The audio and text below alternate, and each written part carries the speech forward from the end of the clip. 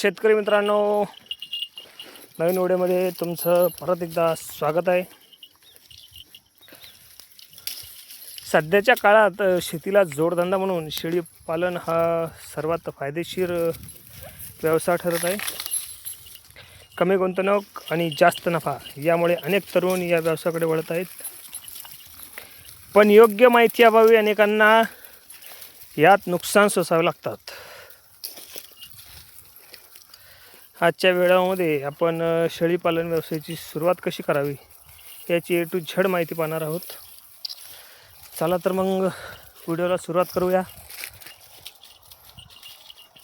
मित्रांनो, कोणताही व्यवसाय सुरू करण्यापूर्वी त्याचे शिक्षण घेणे गरजेचे आहे आणि ते शिक्षण किंवा ती माहिती मी तुम्हाला या व्हिडिओमधून पुरवत आहे. काय करायला पाहिजे, कसं करायला पाहिजे. व्यवसाय सुरू करण्यापूर्वी तुमच्या जवळच्या कृषी विज्ञान केंद्रातून किंवा पशुसंवर्धन विभागाकडून योग्य प्रशिक्षण घ्या.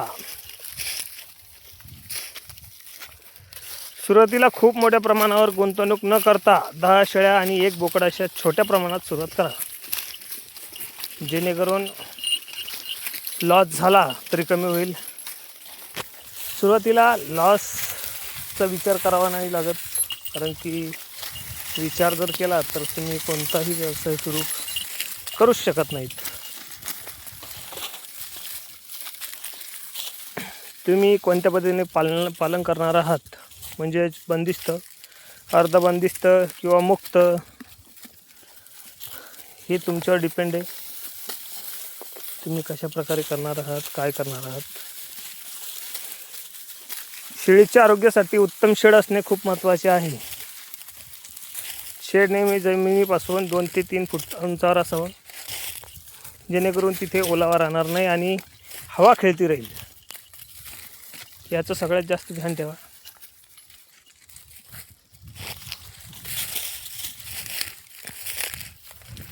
महाराष्ट्राचा विचार केला तर आपल्या हवामानासाठी उस्मानाबादी किंवा संगमनेरी या जाती अतिशय उत्तम आणि फायदेशीर ठरतात. या 2 जाती महाराष्ट्रासाठी खूप चांगल्या आहेत. पण शेळी खरेदी करताना त्या अनुभवी शेतकऱ्याकडून, जो शेतकरी विकायला आलेला आहे, जर त्याला अनुभव असेल, किंवा ओळखीच्या गोठ्यातूनच घ्या, जेणेकरून तुमची फसवणूक होणार नाही. लोक काही किंमत सांगतात आणि शेळ्या विकतात. आता तुम्ही नवीन जर असाल तर शक्यतो तुम्ही फसवू शकता, याचं ध्यान ठेवा. तिथं शेळी विकणारा हा प्रत्येक शेतकरीच नसतो, तिथं व्यापारीसुद्धा असतात.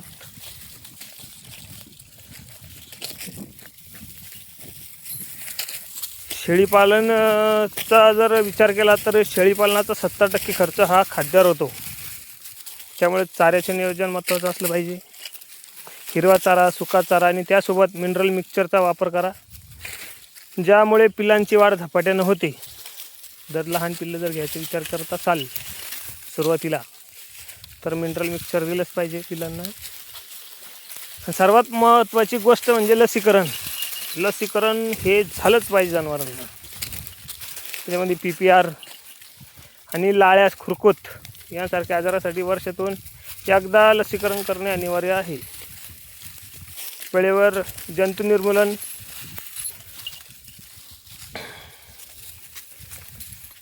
शेळ्यांचं जर आरोग्य चांगलं राहिलं पाहिजे, त्यासाठी केलं पाहिजे आपण. तर मित्रांनो, योग्य नियोजन, जिद्द आणि आधुनिक तंत्रज्ञानाचा वापर केला तर शेळीपालन हा व्यवसाय तुम्हाला नक्कीच श्रीमंत बनवू शकतो. या व्यवसायासाठी सरकारकडून विविध योजना आणि सबसिडी देखील मिळते, त्याचा लाभ नक्की घ्या. तर मित्रांनो, तुम्हाला हा व्हिडिओ कसा वाटला आम्हाला कमेंटमध्ये नक्की सांगा. आणि अशा संपूर्ण माहितीसाठी चॅनलला सबस्क्राईब करा, लाईक करा, कॉमेंट करा.